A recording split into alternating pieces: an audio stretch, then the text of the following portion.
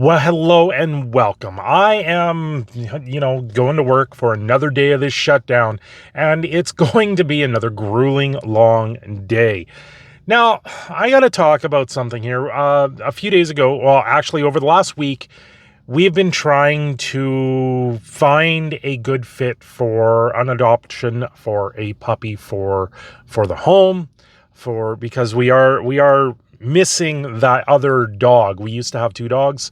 Trigger passed away. We received his memorial plate not too long ago. Absolutely beautiful plate that we got with his paw prints on it.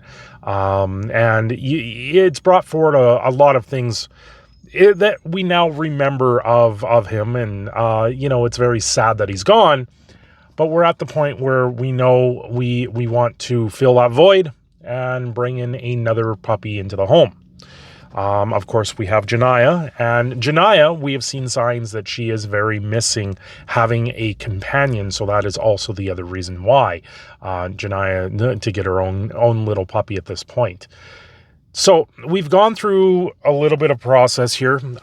We've tried our local shelter, and we've had an absolute horrible experience trying our local shelter.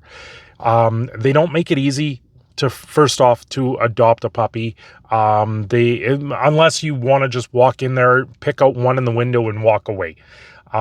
Because most of you know, we have a special needs child. There is certain considerations that we do have to take into account, especially when it comes to a puppy. And what we need is a puppy that's going to interact with our child in a very, very positive way, and not in a negative way. One that's not going to be scared of him right off the bat, because things are a little bit different in that sense. Now, the special needs at this point, it's not like your typical where you're thinking it's off the scale and you've got to do all these other things. No, he just has a G-tube. He's got a learning delay. It takes him a little bit more to process things, but once he grows up a little bit here, he'll outgrow a lot of the disabilities that we're seeing right now, thankfully. But when it comes to a puppy, we want one, or when it comes to a dog at this point, we want one that's going to grow with him, one that's going to be able to cuddle with him and just take a little bit more for a puppy. And yes, these things can be trained into a puppy or a dog in that sense, but it's not the same when you go to a shelter and you're trying to figure out the best fit for your family. And we also come from a spot. This is a lifelong commitment. This is not where we're walking in and saying, oh, that puppy's cute, we're adopting it today. And then 3 months down the road, we say, oh, this was too much.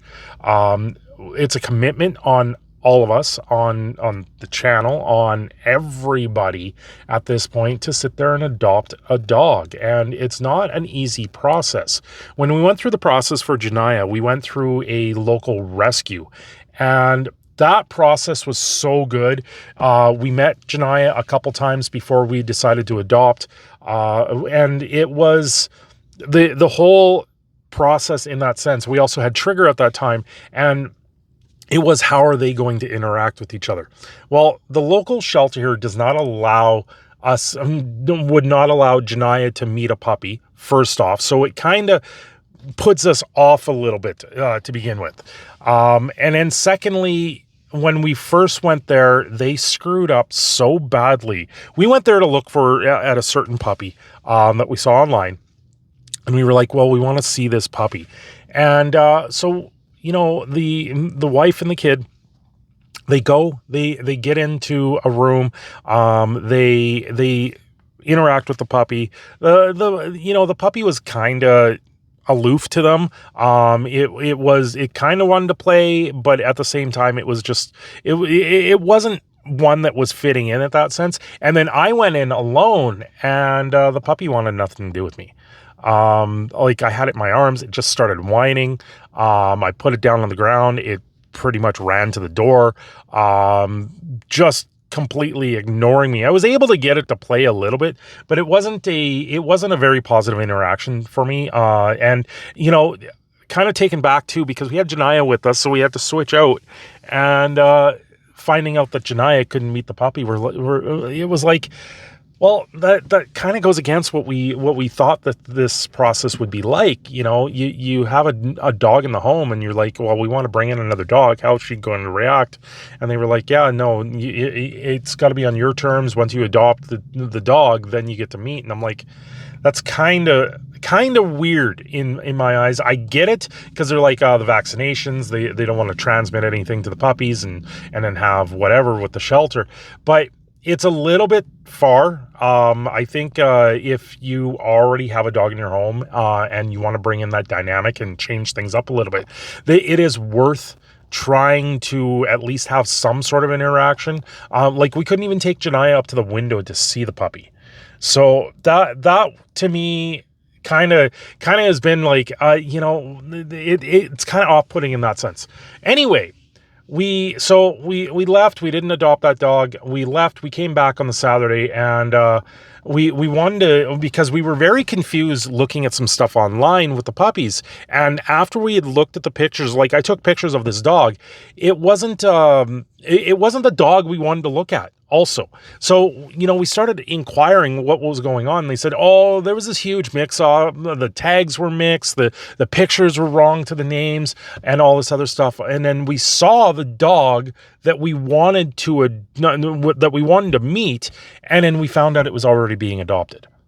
So we were, it kind of left a huge sour taste in our mouth already.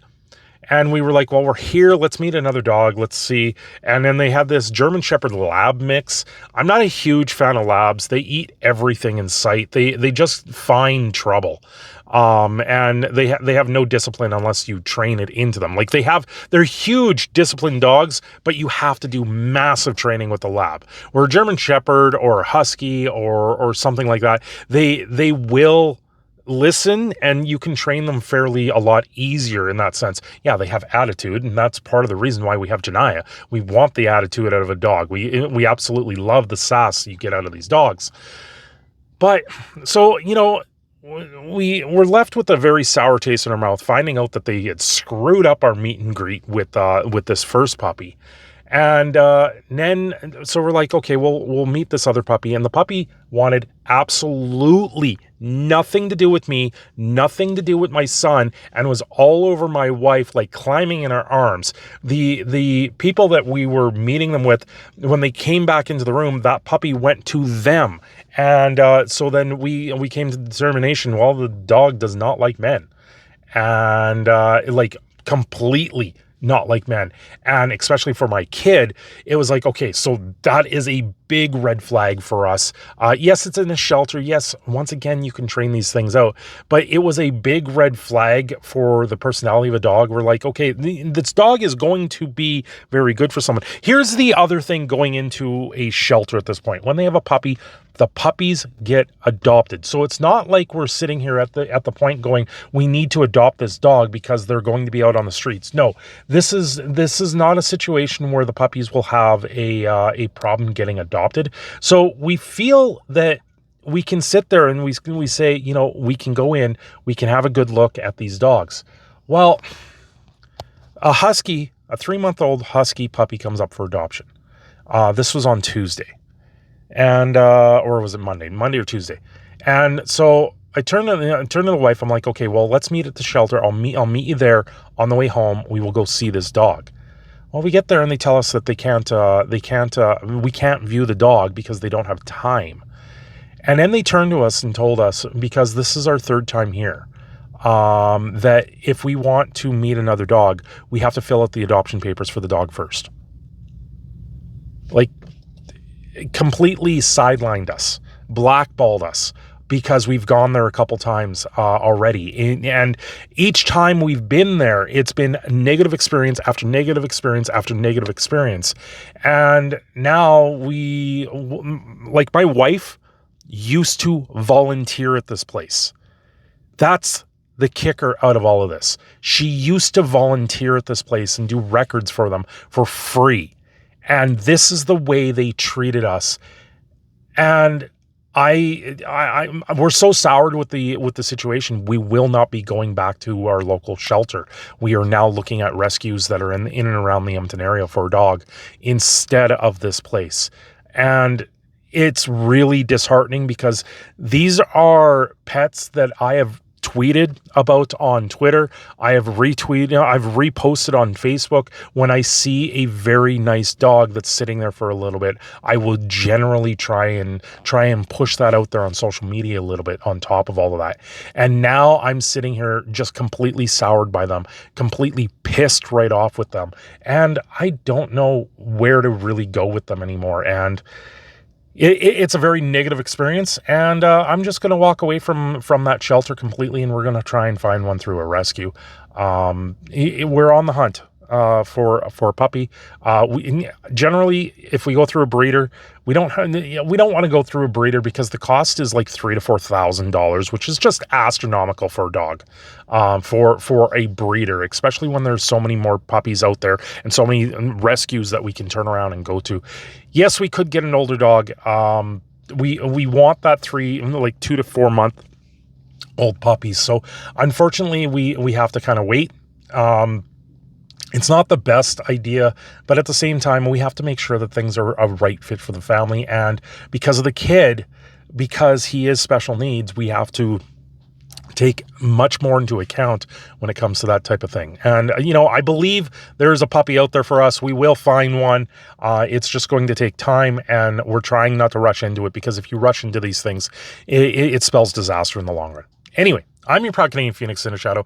I'm signing off here. Have yourselves a great day. Don't forget to like and subscribe, and I will see you again very soon.